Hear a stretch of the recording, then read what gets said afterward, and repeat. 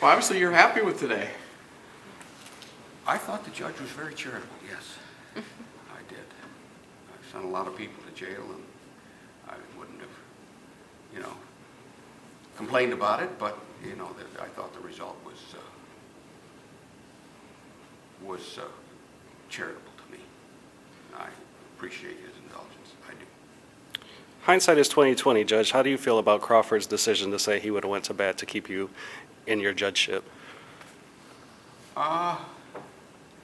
See, he's viewing it from his point of view, a very practical point of view, because I would still be earning a living, and but it's an individual decision for everybody, and I could not sit on that bench and talk to a criminal defendant about his dishonesty with any sort of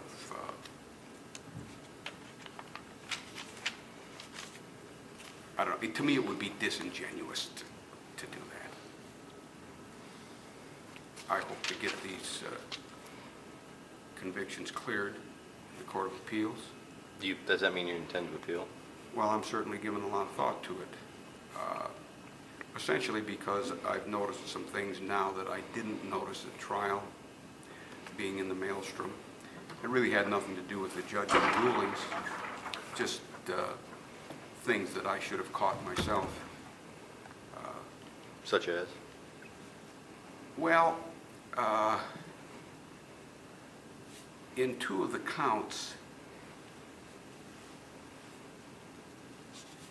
two of the items that I didn't report, for example, the question was, if you or your spouse operates a business, list the name of the business. And even though my wife was a one-half owner of Whiteacre North, the clear evidence presented by the state was that she took no part in the operation. And Attorney Tully testified to that, and the checkbook, the bank records would verify that she took no part in the operation. Then, in 1 out of 7 filings, I failed to list Lorain National Bank as a creditor. Now, that was an oversight because I had listed it every other year. But in fact, because of the nature of the agreement, I was the guarantor under a separate agreement of a loan, and under the law, I am not a debtor and would not have been required to report that. I had over-reported it in the other 7 filings. Finally, in 2012, the question was, if you or your spouse owns or operates a business, list the name of the business. So while she was a one-half owner of Whiteacre North, under Ohio law,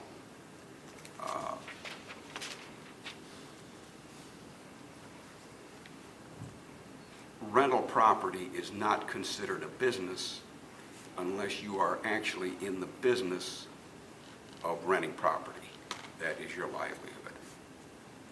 It would be characterized more of an investment, but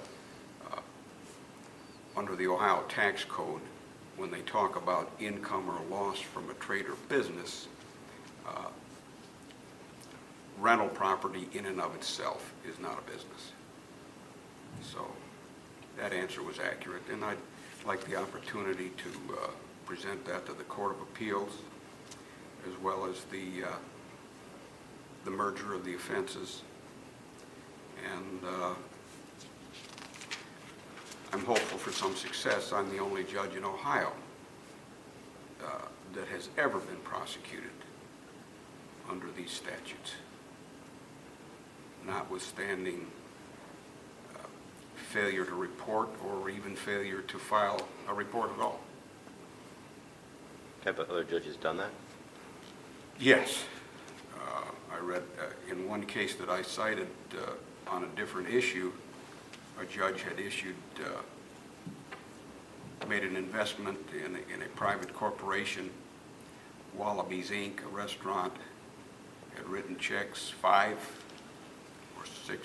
checks totaling $150,000 and didn't report it. When his response was, "I forgot," he got a pass. There wasn't even the finding of a disciplinary violation. Currently, there's a justice on the Supreme Court who 1 year didn't file at all, and in other years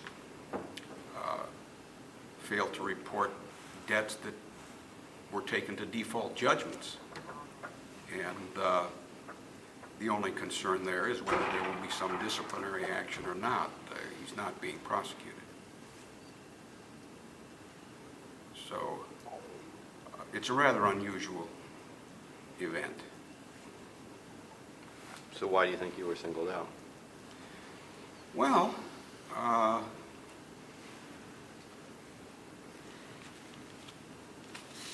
was singled out because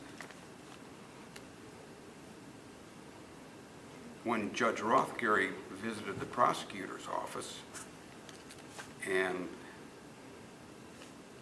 related to Prosecutor Will his knowledge that I was involved in criminal activity, that gave Will the opportunity to call for a special grand jury because of the credibility of a judge, not specifically Rothgary, but a judge. And although none of Judge Rothgary's accusations bore fruit, the investigation cleared me on everything that he related to the special prosecutor. I think that while they were at it, they thought, well, let's see what we can find, and found these 4 items that I hadn't reported, and were able to prosecute on that basis. What do you think about Crawford's sentiments that choosing to represent yourself was a bad decision?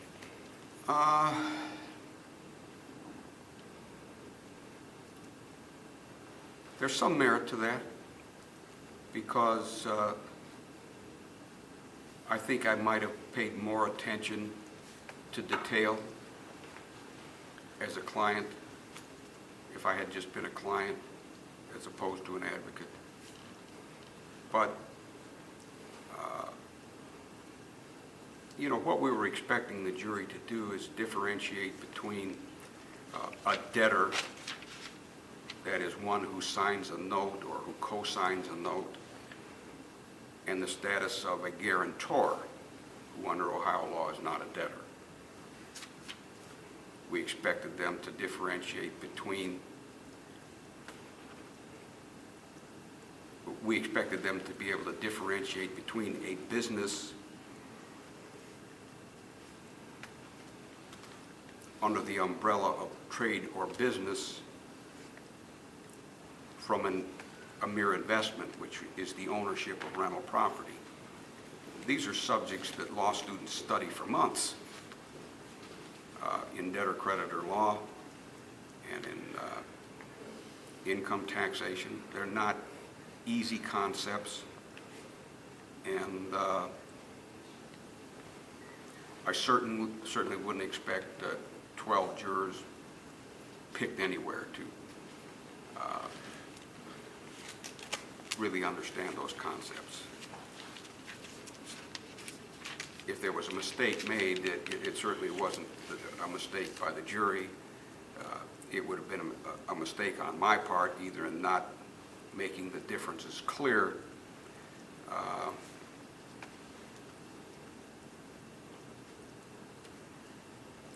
that would be it. I failed in my presentation in making these concepts clear. So, Go ahead. What did you think about his comments about he would have held you in contempt? That I wasn't sure of. But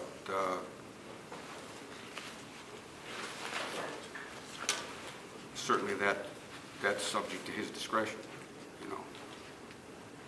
I thought he was fair with me. And I wouldn't have second-guessed him on that. So aside from the appeal, where does James Burge's career go from? Well, if I furnish the Chief Justice with certified copies of these convictions as misdemeanors, then I believe she will, I'm hopeful that she will terminate the interim suspension and that I'll be able to practice law.